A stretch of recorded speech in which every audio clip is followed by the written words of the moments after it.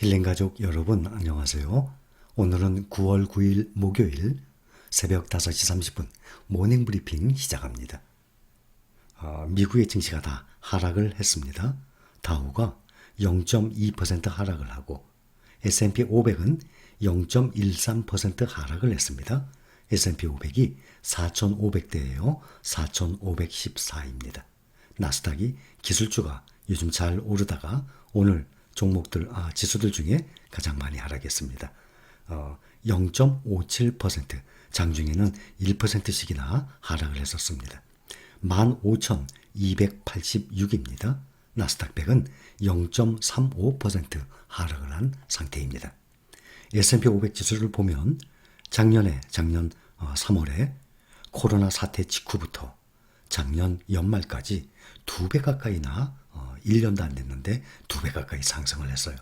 2배면 100% 아닙니까? 올해 들어서도 벌써 20% 넘게 상승을 한 상태예요. 가장 큰 원인, 요즘 이렇게 하락을 하고 불안한 원인이 미국 경제의 둔화 가능성, 그것과 델타 변이 확산, 이것이 계속 확산하면서 경제 재개 속도를 더욱 떨어뜨릴 수 있다는 것, 그 우려 때문에 하락입니다. 그리고 올해 내에 페드에서 테이퍼링 아시죠? 자산 매입을 축소한다. 그거에 나설 준비를 하고 있다는 것, 이러한 문제들 때문에 하락을 했습니다. UBS에서 보면 S&P 500 지수 올해 말 전망치를 기존에 4,400선이었어요. 올해 말 전망치가. 그런데 지금 9월 초인데도 벌써 4,500이 넘었잖아요. 그래서 4,650선으로 상향 조정을 했습니다. S&P 500 지수를 내년 말 전망치는 4,650에서 4,850선으로 상향 조정을 했습니다. UBS가 올해 말 S&P 500 지수 4,650을 예상을 하는데 모건 스탠리는 반대로 올 연말에 S&P 지수가 4,000으로 하락할 것이라고 예상을 합니다. 4,650대 4,000이면 갭이 상당히 크죠. 현재 4,514입니다. 필라델피아 반도체 지수 1%대 하락을 했어요. 보면은 대부분 하락을 했는데 어플라이드, 또 TSMC, NXP, AMD 이러한 종목들이 2%대 크게 하락을 했습니다. 마이크론은 1.86%, 2% 가까이 하락을 해서 필라델피아 반도체 종목들이 거의 다 하락을 했습니다. 차트를 보면 필라델피아 반도체 지수가 올해 들어서 차트의 등락의 폭이 심하게 오르내리면서 상승 중인 것을 볼 수 있습니다. 올해 들어서 보면 약 20% 이상 상승 중에 있어요. 1월 4일 올 초에 2,783에서 지금 현재 3,377로 올라온 상태입니다. 팡플러스주 보면 FNGS ETN이 1%대 하락을 했습니다. 필라델피아 반도체 지수와 또 팡플러스주 FNGS ETN이 1%대 하락을 했어요. 트위터가 4%대, 페이팔이 2%대 하락을 하고 애플이 요즘 계속 신고가 경신을 했었죠. 오늘은 1%, 1.01, 오늘은 딱 1% 하락을 했습니다. 중국주들이 좀 오르다가 다시 알리바바와 바이두가 2%대 하락을 한 상태입니다. 또 2차 전지주 봅니다. LIT 1.25% 하락하고 DRIV 1.66% 하락을 했어요. 그래서 전반적으로 보면 오늘 새벽에 마감에 거의 다 하락을 한 상태입니다. 어제 국내 증시의 오후 3시 반에 마감한 내용을 보면 삼성전자가 가지고 계신 분들은 많이 계시겠지만 네이버, 카카오 종목, 개별 종목을 투자하고 계신 분들도 계실 겁니다. 일부는 어제 많이 떨어졌어요. 금융당국이 네이버와 카카오, 이 빅테크 금융 이 플랫폼에 대해서 강도 높은 규제를 예고를 했습니다. 그래서 어제 하루 만에 네이버와 카카오 시가총액이 10조 이상 증발을 한 상태입니다. 어제 네이버가 7.87% 하락했어요. 또 카카오는 10.06, 하루에 10%나 하락을 했습니다. ETF를 보면 이렇게 하루에 큰 폭으로 하락을 하거나 상승을 하질 않아요. 알고 계시지만 한 종목이 아니라 보통 기본이 10종목 이상을 가지고 수십 종목씩 가지고 있기 때문에 어떠한 한 종목이 급락을 하더라도 평균치로 가기 때문에 어제 타이거 탑10 같은 경우 보면 거기에 삼성전자, 네이버, 카카오 뭐 다 들어있죠. 10종목. 그중에 네이버와 카카오 구성 비중이요. 약 4분의 1 가까이 돼요. 4분의 1이면 25%죠. 25%가 조금 안 돼요. 네이버와 카카오. 4분의 1 비중을 가지고 있는데도 어제 1.9% 하락했어요. 이게 ETF의 특성 아니겠습니까? 네이버, 카카오 이러한 인터넷 기업 일제히 어제 순매도를 외국인들이 많이 했어요. 가장 많이 순매도한 종목이 카카오. 4,336억 원어치 매도를 했습니다. 네이버는 2,273억 원어치 매도하고 또 카카오뱅크 요즘 계속 떨어지죠. 691억 원이나 매도했습니다. 외국인 순매도 상위권을 모두 금융 플랫폼 기업들이 차지했어요. 작년에 코로나 유행 이후 개인 투자자가 대규모로 순매수했어요. 그렇게 우리가 커지죠. 특히 카카오 같은 경우는 개인 소액주주가 어마어마하게 많습니다.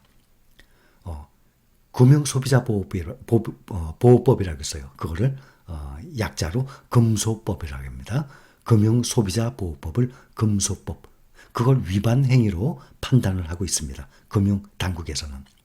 금융상품 중개를 하는 금융플랫폼 이것은 금소법 대상이 되기 때문에 금융사처럼 금융위에 등록하거나 인허가를 받아야 하는데 빅테크 금융 플랫폼들의 경우 인허가 없이 상품을 판매해서 법령 위반이라는 그러한 설명이에요.